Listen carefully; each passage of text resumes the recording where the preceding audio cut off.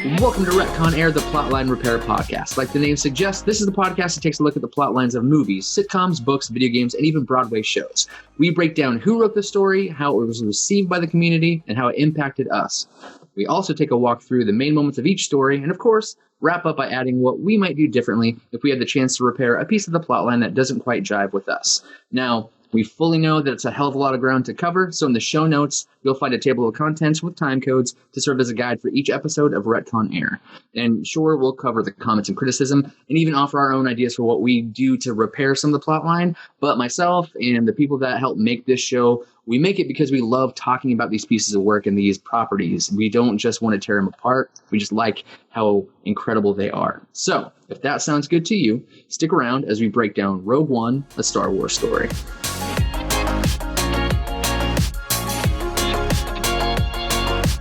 So today we're doing the show a little bit differently. We're doing our part to observe social distancing due to this whole coronavirus thing. And so we really hope that this episode of Retcon Air truly finds you and yours in a safe spot with tons of food, toilet paper, and a strong Wi-Fi signal.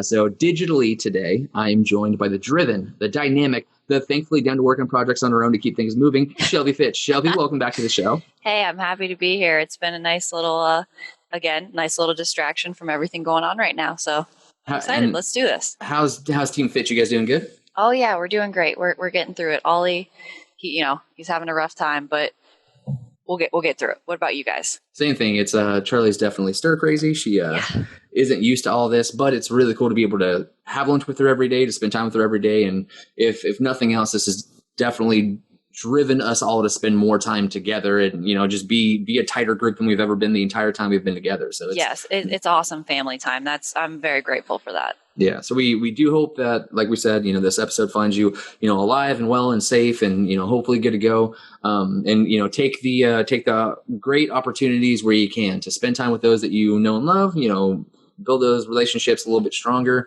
And then, we'll get through this at some point and be able to do the show again face to face. Absolutely. All right. So digital deep dive with me. Why don't you kick off the writer's room? All right. So the writer's room is where we briefly explain who contributed to the story that we're going to break down and what else they might have penned that was noteworthy. For Rogue One, it's got 2 writers for the story and 2 for the screenplay. You want to take the screenplay and I'll do the story? Sure. So the story for Rogue One was written by John Knoll and Gary Whitta. First up, John Knoll has a really cool backstory. He spent the last 30 plus years of his life dedicated to motion control and visual effects. He's worked on Star Trek, Star Wars, Pirates of the Caribbean, Harry Potter, Mission Impossible, and a ton more. This guy is really comfortable working with franchises. And you said visual effects, so that's most of his background and pedigree. So why suddenly did he pivot to working on a story? So actually, John Knoll helped pitch the story of Rogue One, and the idea was well enough received to where he was picked up as a writer and executive producer on the film. So I wonder, because I was thinking about this when I was putting the show together, like obviously we just went through his background and he's done a ton of different work. I wonder if he just spent so much time with all these producers and he was just sitting there going like, what would be cool?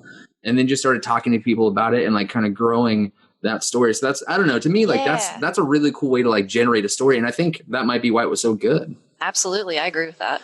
Cool. Well, has he written for anything else? No, that's all he's done. Well, that's a hell of a way to go out on top. Yeah. So what about the other guy that helped write the story? You said there were 2. Yep. The other guy, Gary Whitta. His background is quite a bit different. He's a screenwriter, author, game designer, and a video game journalist. And in the video game journalism world, he was the editor-in-chief of PC Gamer magazine. Show off. Hater. He was the screenwriter on The Book of Eli, which is awesome. Yeah, really good movie. He co-wrote After Earth with M. Night Shyamalan. And co-wrote Rogue One with John. In the gaming world, he worked on the first and final season of Telltale's The Walking Dead. He also worked on Gears of War, Prey, and Duke Nukem Forever. For his Star Wars street cred, he wrote 4 episodes of Star Wars Rebels, and that's it for the story. So what about the screenwriters? All right, so it's Chris Weitz and Tony Gilroy wrote the screenplay for Rogue One. Chris previously worked on Ants, which is a great movie, American Pie, amazing movie, About a Boy, The Golden Compass, Twilight, New Moon, and a few other flicks. He produced a ton of movies with his brother, Paul Weitz, and he's worked on kind of all over, I guess, as an actor, writer, producer, and whatever else he was interested in at the time. He wrote for Twilight. Honestly, if given the chance, I would have written for Twilight, because if you think of the payroll, I mean, we could have a studio, we could have microphones if we were just, if we just... we could each have real microphones. So anyway, enough about Chris. Let's talk about Tony. So Tony Gilroy has been a screenwriter since about 1992, and he's written on a ton of awesome properties. He's worked on The Devil's Advocate, the Bourne series, Identity, Supremacy, Ultimatum, and Legacy. He did the whole series, Nightcrawler, The Great Wall, Beirut, and a few other properties. He consulted for House of Cards, which I haven't seen, but I've heard nothing but good things about. Same. And then... he just looks like he's a dude that's a really big deal in the screenplay world. And so that's about it for Writer's Room. Shall we dive into Deep Impact? Absolutely. So Deep Impact is where we cover the impact the piece had on the world. We cover our favorite positive and negative reviews and how we were introduced to the movie. And so if it's all right with you, I'd like to take the top positive comment because I'll already tell you, I love this movie. Oh, man. Yeah, I'll be the negative Nancy. Atta girl. I mean, so like if you do it, it'll sound softer coming from you. If I do it, it'll just sound like I'm just angry in general, and I can't do that to this movie. Fair enough. All right. So this review comes from a website called the Phantom Toll Booth, which honestly is enough to get you on the show anyway. So good for you guys. I'm going to paraphrase the words of Marie Asner, grabbing some of the first and last paragraphs of her excellent write-up. So Marie writes, quote, "It can be done. A Star Wars film with a heart. Standalone it is, but with the ambiance, humor, hope, and affection that came with the rest of the films, though sometimes hard to find. This story puts together a past for the very first time we saw in the 1970s, and then hands it over to the original cast. Rogue One's story is poignant, covers much territory, has familiar music themes, and fans will be happy." End quote. Yeah, well said. Shelby? All right, top negative review. We found this from moviesinfocus.com by Niall Brown. Brown A. Who knows? I don't know. Niall, we're sorry. Niall. Every time we do reviews, we have to apologize. And every time we do Writer's Room, we have to apologize. So so this is just consistent. So yeah. So keep going. Absolutely. Okay. So I'm going to do like you did. His review was really long. So I'll take the first paragraph and kind of grab his ending. Okay. So he says, quote, "Rogue One, a Star Wars story, is the worst theatrically released Star Wars yet. I know that many will lambast," which I don't know what that word is. Lambast. It just means shit on. Oh, okay. Lambast. That's a very nice way to say that. Yeah. Will lambast the work that George Lucas did in this prequel trilogy, but I have a soft spot for his vision with those films. Okay. I understand that Lucas was trying to offer fans something different, expanding on the many stories and plot threads that he liked and thought others would, while also pushing the boundaries of special effects. I'm not saying that Rogue One is bad. It's not. It's just that it doesn't build any interesting characters, but it does offer up some interesting battle sequences. It might be at its best when it's trying to fit into the void between 2005's Revenge of the Sith and 1977's A New Hope, aka Star Wars. Thank you. Right? Okay. It sounds like I didn't enjoy Rogue One, a Star Wars story, but I did. Ooh. I just didn't think it was great. And I've never walked out of a Star Wars film without ever feeling that. And that's disappointing. End quote. Now, we got to fucking pump the brakes here for a second. So I didn't know this until you just read it. So this person is literally saying Rogue One is the worst theatrically released Star Wars yet. I know that many will lambast the work of George Lucas, but I have a soft spot for the vision of those films, the prequels. This person has a soft spot for the prequels. You know what you can't do? What you can't do is tell me that Rogue One was a terrible movie and then turn around and tell me that you like the prequels. That's what you can't do. Right. So I don't know who the hell this person thinks they are, but I'm not having it. Niall can get the hell out. That's what they can do. Absolutely. Anyway, so we're so If you listen to Briar and I break down Jedi Fallen Order on the first, you might have heard me say that was going to be the last episode of our pilot season. The first 6 episodes were our pilot season where we were just kind of feeling it out, trying to figure out what the format was. And all that really meant was that we were going to just dive directly into segments from here on out. We weren't going to spend as much time really, breaking them down. We might like reference really quickly what they're about, but we won't do like a full explanation. But the other thing that we're doing differently is we're going to add our thoughts to the deep impact part as opposed to the very end before the retcon section, because I think that just flows better. Does that work for you? Yep, absolutely. Okay, perfect. So go ahead. Why don't you tell us what you thought of Rogue One?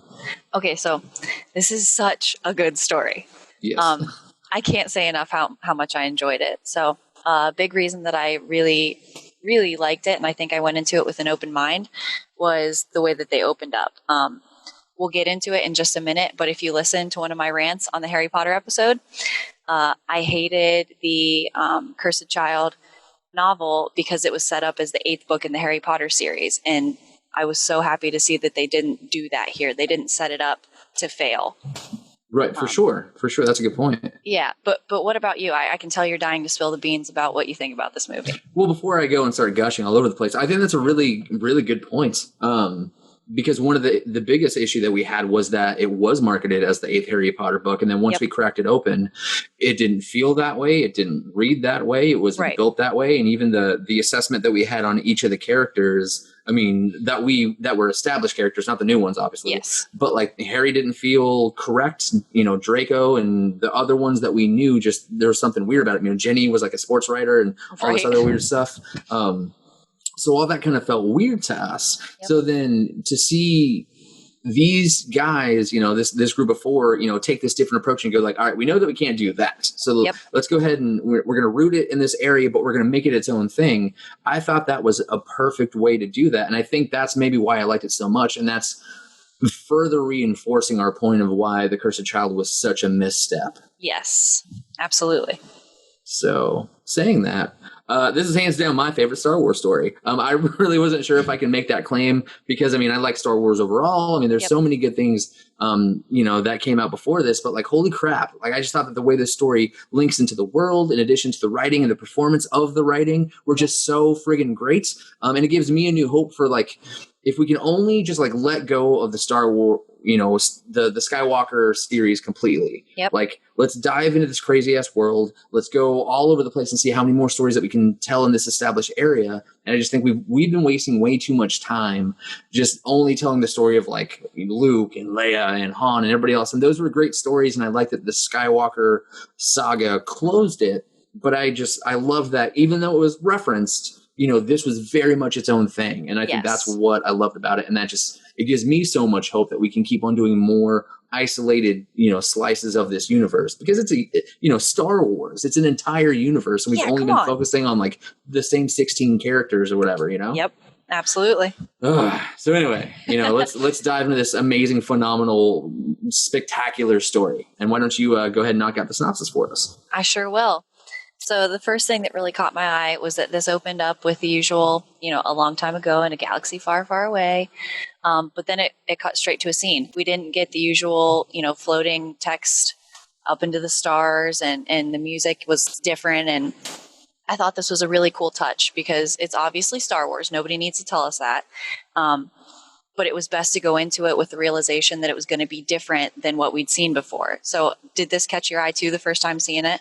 Absolutely. And I loved it. Like, the first thing this team wanted to tell us was that Rogue One was going to be different. Yep. And I think something as subtle as ditching the rolling text and the intro song was really smart, because we all wait for it. Yep.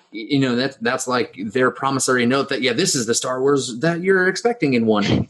Right. And then we all get pissed when it's not meeting our expectations or whatever, which is why the fan service is just so atrocious and all over the place. Mm-hmm. But this really let me know that they not only knew what they were doing, but they were going to lean into it. Yes. So after that text disappears, a young girl, Jen, watches as a ship lands and runs to tell her father, Galen, Jen's mother, Lyra, Lyra?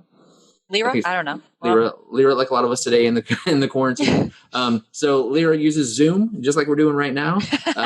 A device essentially that's doing video chat with an older guy wearing the type of clothes that you'd see kind of in Mad Max. He's got this weird kind of Mad Maxian vibe to him. And she tells the guy on the screen, "They've come for us." To which he responds with, "You know what to do." And then Galen says a special goodbye to his daughter, his quote Stardust, end quote, and tells us, and then tells both his wife and daughter to run. Yep, Jen and her mother head out back, but before long, her mother asks her if she knows the way. Jen does, so her mother gives her a necklace with a crystal on it and tells her to trust the Force. So she isn't expecting to come back, is she? No, I don't think so.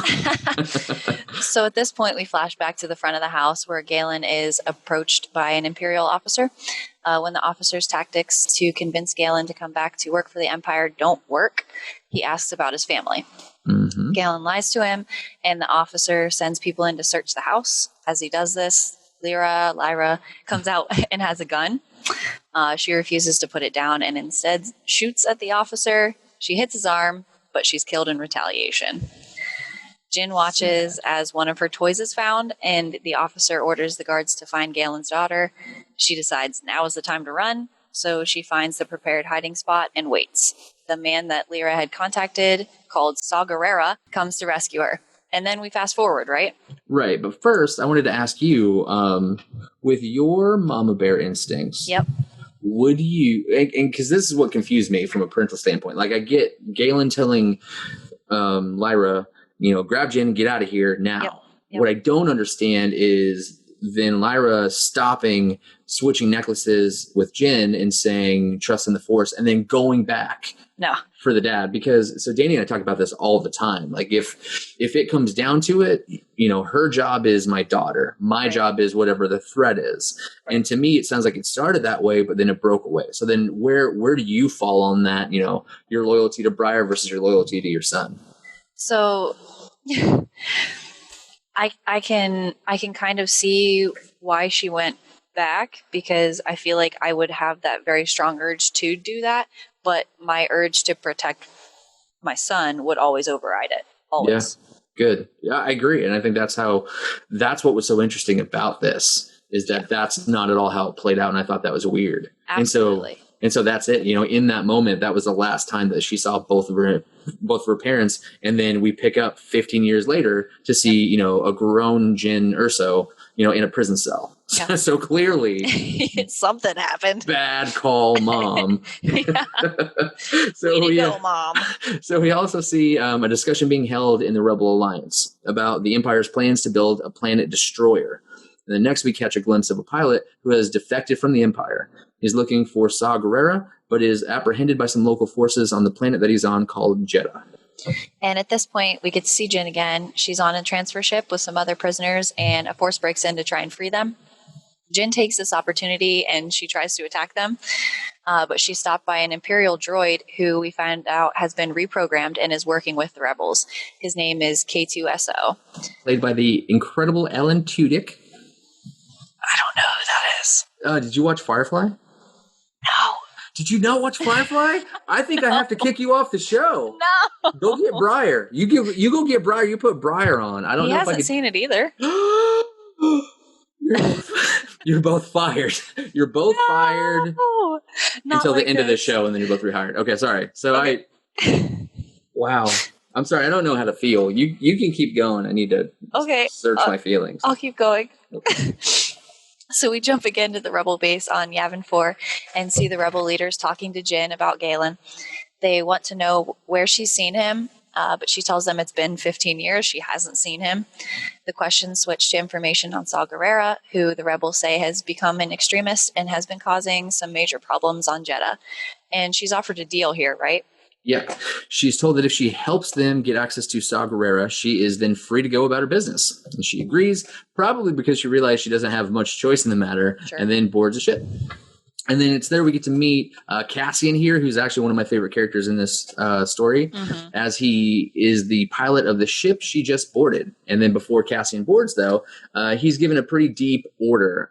He's told that even though Jin had been told that they'd extract her father in an attempt to save his life, Cassian's actual order is to kill Galen immediately because it might be their only chance to do it.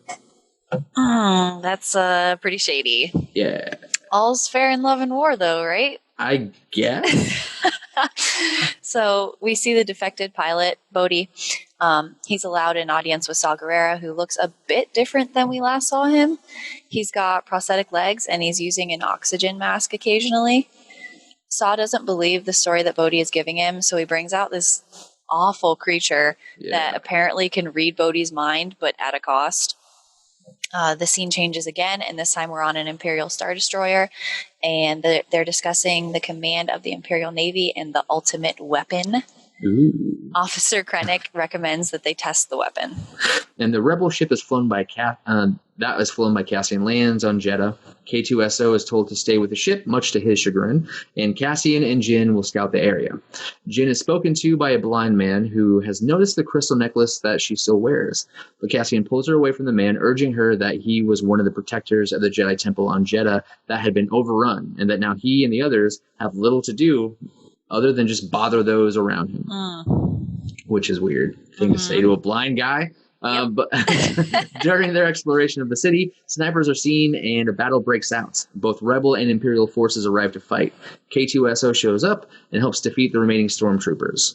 They're ready to leave when another group of stormtroopers arrive. The blind man, named Shrute, comes to the rescue with the help of his sighted friend, Baze, who's a total badass. Yes! And it's totally a good thing he didn't feel like holding a grudge for them walking away from him like they did. Right? So that's the thing, people. Be nice to everybody you meet. Right? Because maybe you get attacked by a whole bunch of people, and the person that you're rude to happened to be a ninja that could have saved you. Maybe that blind man is actually the coolest guy and is a ninja and can save you. So unfortunately, at this point, some of Saw's crew shows up, and they capture the entire group. Yep, so they split up the team, leaving Cassian, Shrute, and Baze in a cell, while Jin is taken straight to Saw.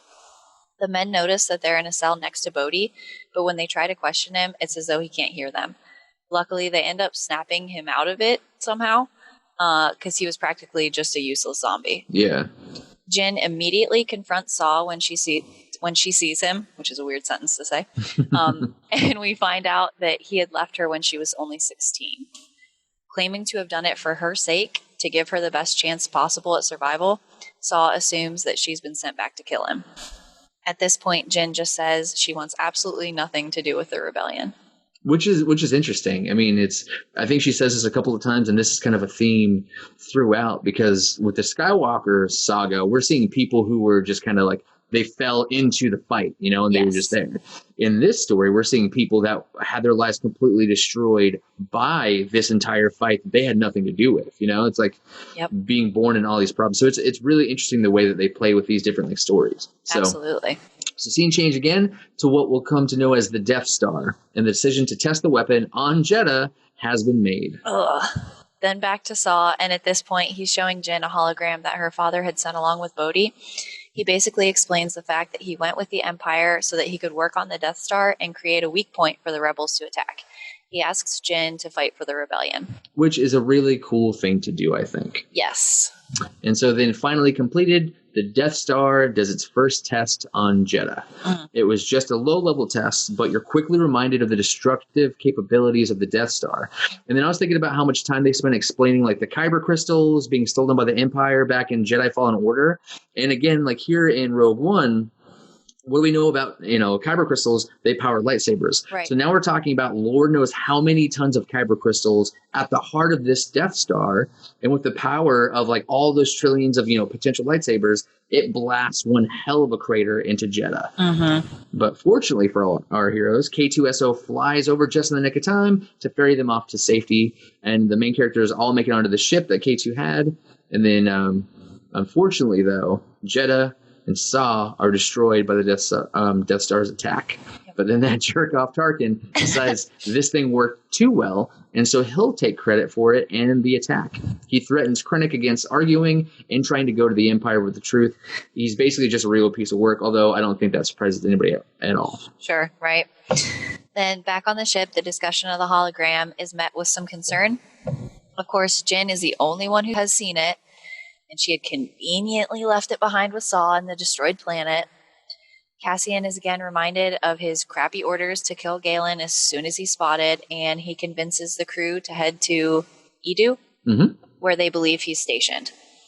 The ship barely makes it to Edu, where it's crappy and raining, of course, and it's putting it lightly to say the conditions aren't great for their mission, let alone for landing that ship.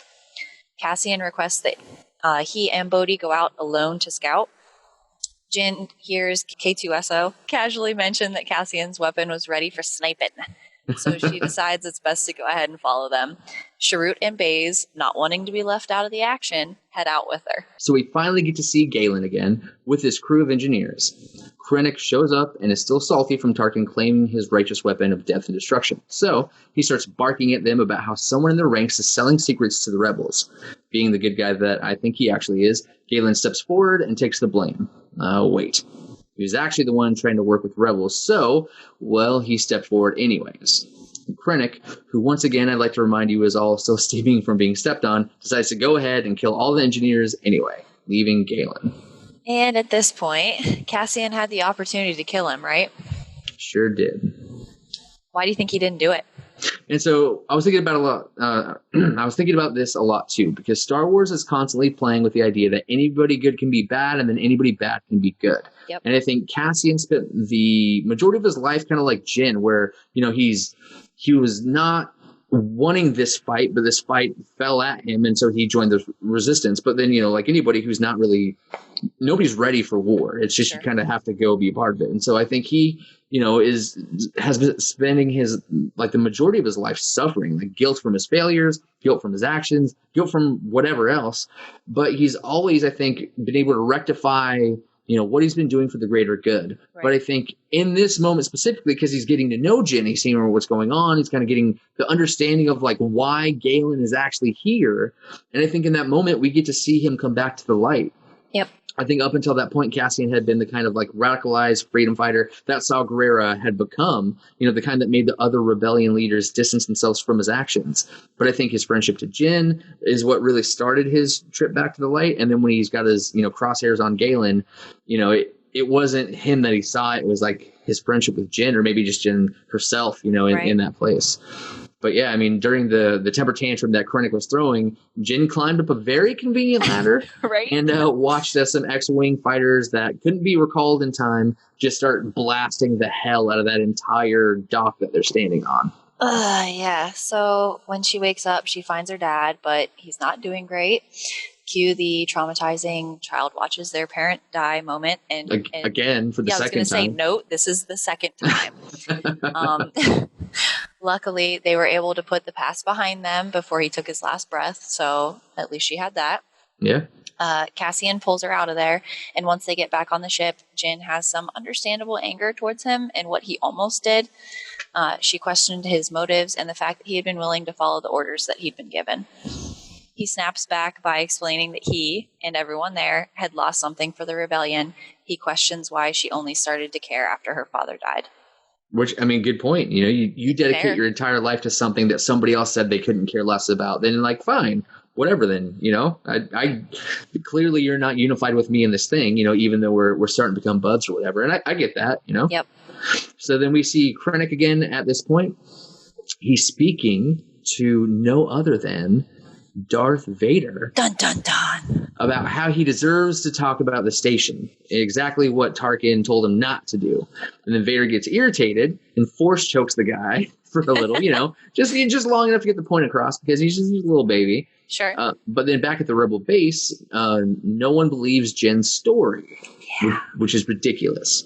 There isn't an agreement between the leaders, and it's decided that the plan to go find the Death Star's plane is just too risky.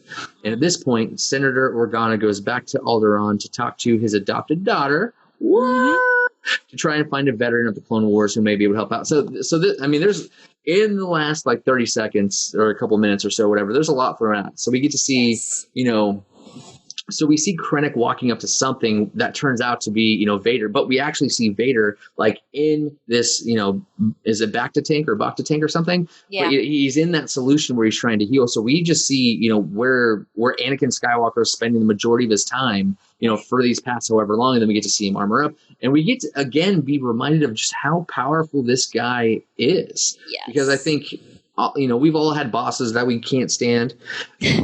But this is different in Yeah, the sense, just a little. not only can your boss choke you, but he can choke you without actually choking you, which is amazing. And I'm sure Right. most bosses would love to have that ability. Yeah, they're so jealous. So that's fantastic. And then also the concept that the rebellion, this rebellion's been raging on for years and years, right? Yep. And now here's this opportunity to try to stop this giant planet destroying thing. But then the decision is that it's too risky to go for it.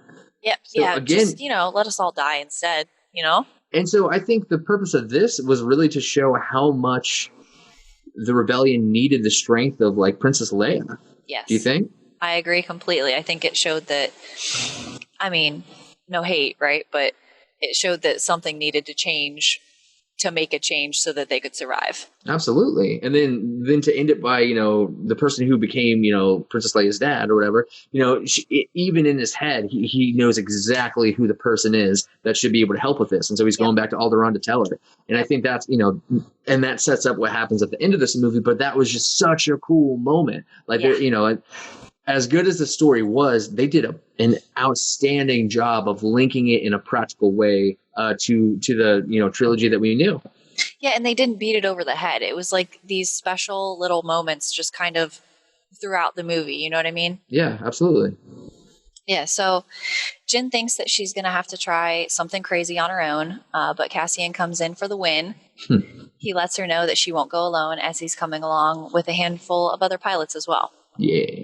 Bodhi comes along and he gets them through the force field at Scarif. Jin, Cassian, and K2 head inside to try and find the plans while the rest of the crew goes around planting bombs. The idea is to make it seem like there are a lot more of them than there actually are.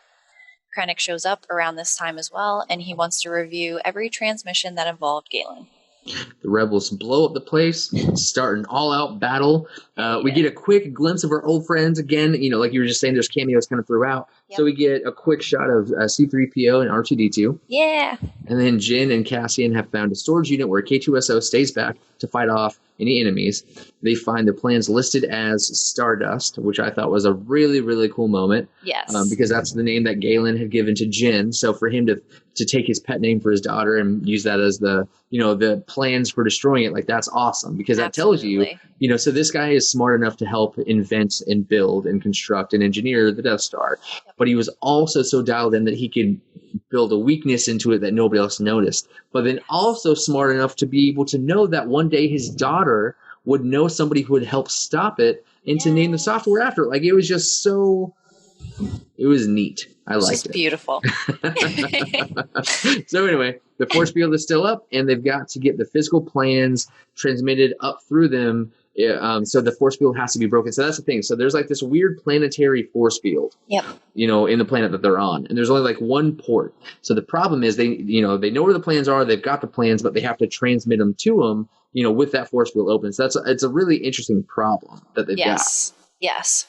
So telling Bodhi of this plan, the rebels target some AT-ATs. He manages to find a switch for communications, but he can't turn it on during the battle.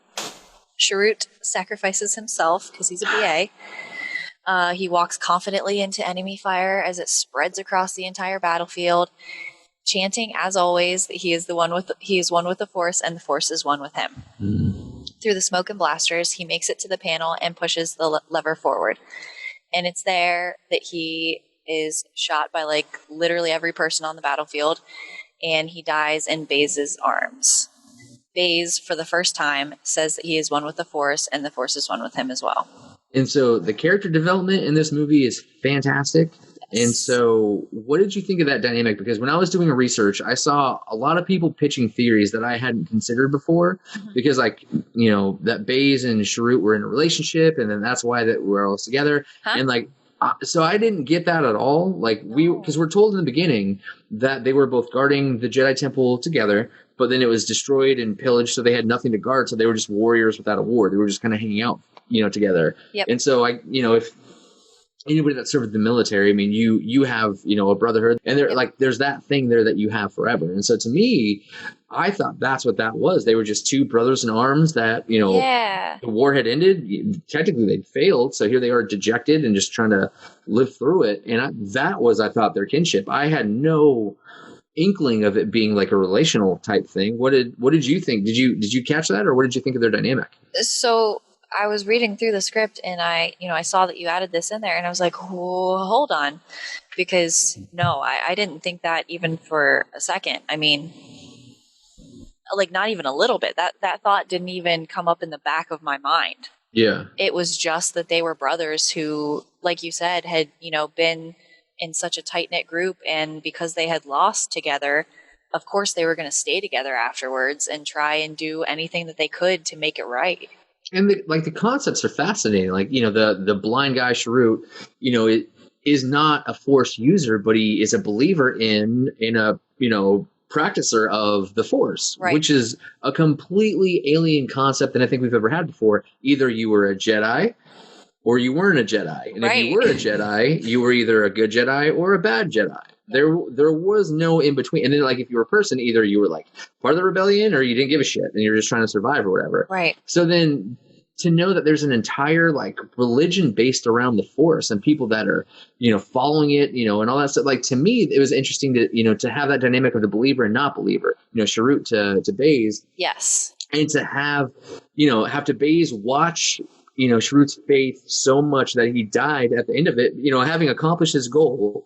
Right. But then to have that transition take place where Baze now takes that up and, now he believes for the both of them because of the connection and like the Force ghosts. I think there's a lot there, yep. But that's a fascinating story. Yes. The relationship thing I think is fine. I don't think it's a bad story at all. I just don't think it's as interesting as like the belief system to me. I agree with you completely. Cool. Yeah, it was just, when I was reading into that, like on Disney Plus is where I watched that most recently, and they've got a bunch of behind the scenes like breakdowns of like all the different characters, and I was like watching that stuff, and then I was reading some other stuff, and I was just like, this is all fascinating. How you can anybody can perceive whatever they want, right. Based on their own understanding, that's what makes art so cool. Yes. Anyway, so. Jin and Cassian have to do some sick parkour as they try to retrieve the plans and get them up and out of that storage unit that they were in. Mm-hmm. Krennic and some stormtroopers make it through to attack them. And they take out all the stormtroopers, but Krennic gets a shot off on Cassian. Jin takes a look at him, lying there before continuing on. She makes it out, but just barely. Meanwhile, Bodhi is able to contact the rebel fleet, and he lets them know that they've got to take down that force field. He's then killed by an unfortunate bomb. Baze has this moment of awesomeness, of course, where he basically realizes he's got no reason not to go fight, and he wants to try and take out a couple more people before he sacrifices his own life. Yeah, and this is really where the movie starts to pick up the pace. And it's not looking great for literally anybody that we know in this story at all. Yeah, so at this point, I was kind of setting myself up that, like, this isn't good. This is not looking good. This is about to go sideways. So, Jin's made it out, but as she tries to transmit the data, she's greeted with a wonderful error message, typical of us doing anything online. Of course. That says that she's got to first realign the antenna, which of course has to be done by walking out and on this tiny little walkway. So you got to get the old unplug it and plug it back in, classic internet. But the problem with that is while she's doing that, Krennic shows up as she's realigned the antenna and he interrupts her from sending the message. He does this pretty little speech about how she's going to die and the rebellion will die along with her. Blah, blah, blah. But just then, Cassian appears to save the day. He sure does. And he shoots him. He shoots him real good. At the same time, the Rebel fleet is doing everything they can to take down that force field. They end up using a sick hammerhead ship, which I thought was really cool, to manually push a Star Destroyer into another Star Destroyer. Yeah, man. Which causes them to crash into the Shield's gate. As they do that, Jin is down there transmitting the data. It all works out perfectly. Yep. And so the plans are just barely received before Tarkin decides to aim the Death Star at the base. The Rebel fleet starts to retreat. Jin and Cassian have this cute moment on the beach as they watch the blast that's about to take them out. So, not to interrupt, but I really, really liked this scene.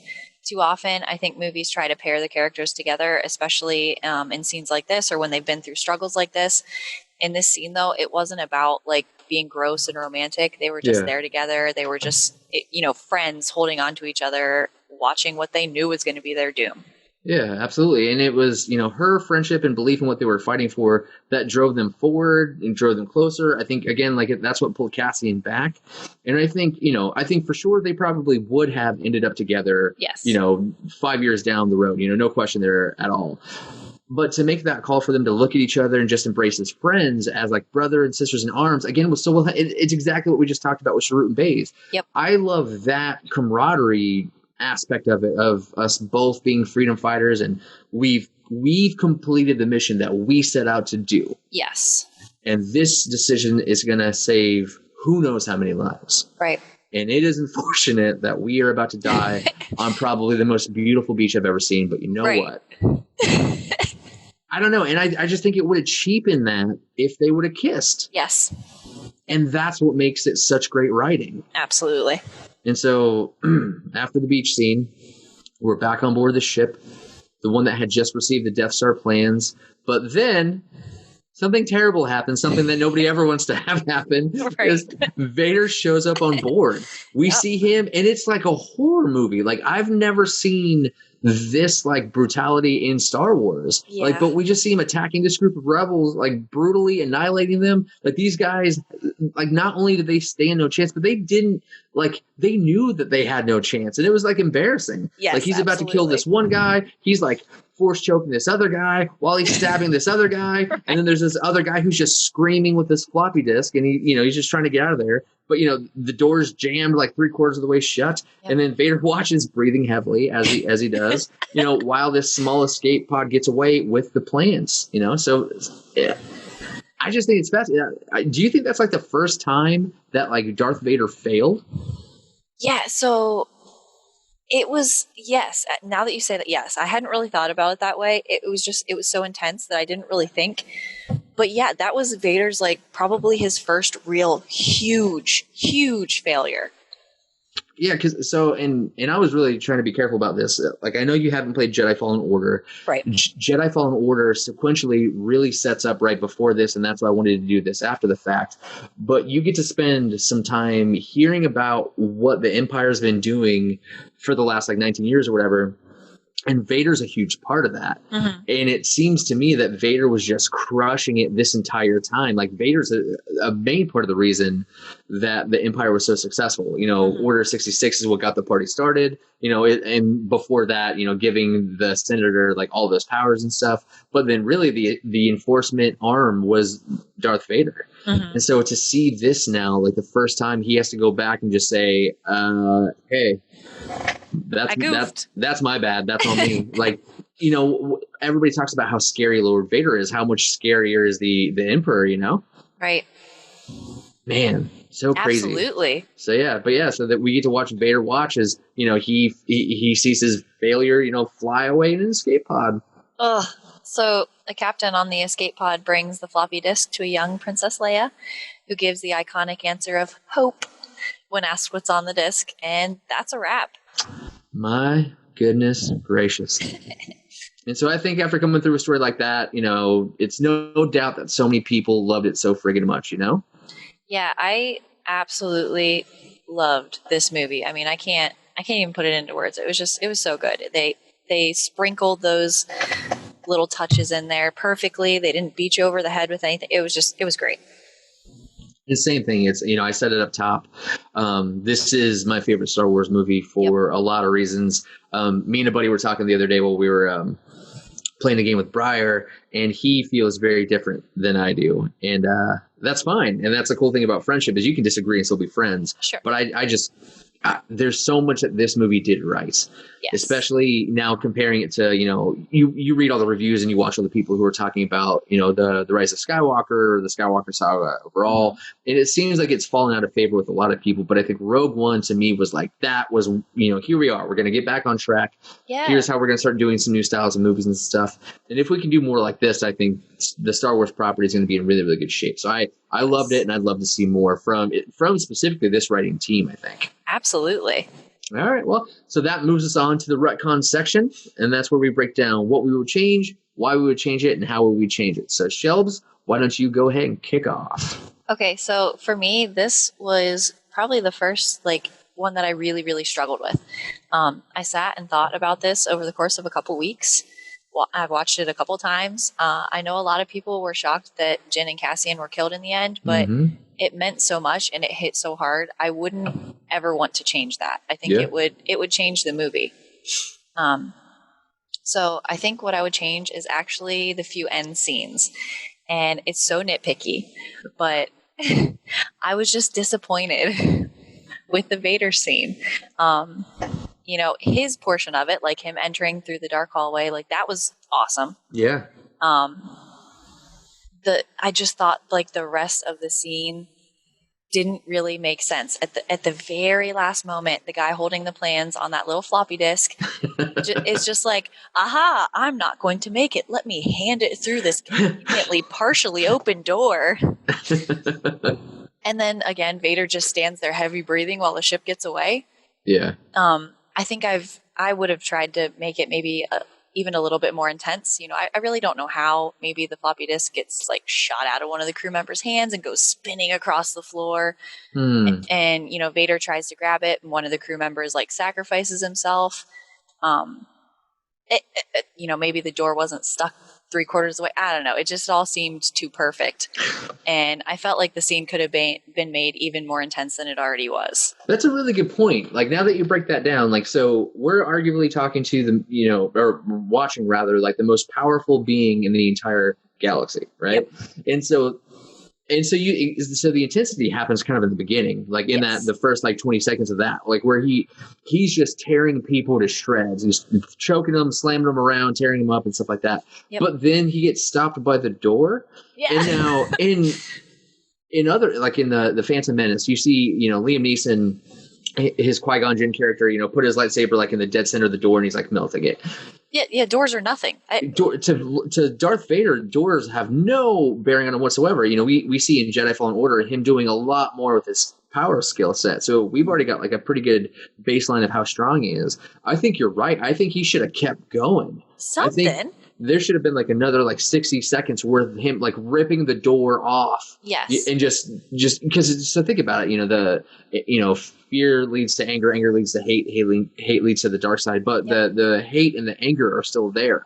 Right. So why is he just calmly standing there breathing when he should be completely outraged, just, throwing bodies at other bodies and stuff? I agree. That's a really good point. Well, I think as brutal as it was, as brief as it was, they could have done a lot more. Yeah, and I feel like especially that moment where he was just standing and watching the ship get away, the Vader that I felt like I knew would have, picked up the people around him and, slammed them into each other or like slammed them into the walls. But he was just kind of like, oh, shucks, like there it went, Oh, classic Vader. Dang it. Wah, wah, wah.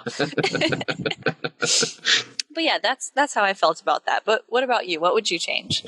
So that's the interesting thing, because I did probably more thinking about this episode than other episodes because of how much I love the story. Sure. And we had a little bit more lead time before putting it together, which was actually kind of cool as well. Yep. And the cool thing about this podcast is I feel like the longer that we do this, the more I learn from talking to you and Bri about stuff, the more we get to talk to other people about what we're doing, the more I get inspired just to work on the show about the research, the Let's Plays, and then the reviews that we're going to start, which I didn't tell you about, but we're going to do that as well. Oh. But the thing that I like about that is, we have a very clear structure. The show is even called Retcon Air, but I also feel really comfortable saying that I don't want to change a thing. I thought that this story was perfectly executed. I thought it was written exactly the way that it should have been written. Well, I think they could have definitely expanded some more, and that's where I'm about to go into. This is probably going to be one of the very rare moments where I don't have any changes that I'd make to the story. I thought it was perfect as is. Yep. And so, like I said, instead of changes, here's what I would want to see built out a little bit more. I think this was very much Jin's story, and I think this is probably the best parts of Jin's story. Mm-hmm. I know that there's like a 15-year gap between when she's a girl and she's an adult, or however much the time span is. Sure. I'm sure there's a lot that you can do there, but I don't know. Like, this story was just so concrete with where she was in her life that I liked it. I'd actually rather them build out some of the other characters. Like, yes. I want to do a deep dive into like Baze and Sharut when the temple fell, because we talked before, like, they're brothers in arms, they're comrades, they've got this belief kind of dynamic between the Force, and show if Sharut is like the true believer and Baze is kind of the atheist of the group, but they're both guards. I would love to see what that dynamic is like. How much does it change? How much mentorship is between the two? What battles did they go on? Yeah, did they hate each other at first too? Like, yeah, that's really, who's this, this uppity, equivalent of like this Jesus freak that won't just shut up about the Force versus this, really rough and rugged person that just nobody can stand except for truth. Yep. How cool would that interplay be? And to see them start their friendship and brotherhood and training, and maybe it's like that first scene in Mulan where they're at the training camp, and maybe they don't sing and dance and all that. Sure. Maybe they do, though. Down to business. Yeah, I'm here for it, but it would be really cool just to see that boot camp kind of mentality. Yes. I think that'd be cool. I think that'd be interesting to see them in their prime, or even during the purge when the temple fell. I think that there's a lot that I would love to see there. Yes. I'd also like to see more of Cassian, because I think the reason that this story works so well is because the charismatic quality of all the characters. Because to me, Cassian is very much that Ezio Auditore from Assassin's Creed type, this really likable guy. And so he's French and he's the revolutionary type, and he's, has this all this guilt and all these regrets, I want to see him at work. We get to see him on the tail end. We see that really shady part with it's like that first scene with Cassian where it's him, it's the other guy. The guy hurts himself, and he knows that they can't get out when the Empire's trying to check their paperwork or whatever. And then what does Cassian do? He shoots the guy.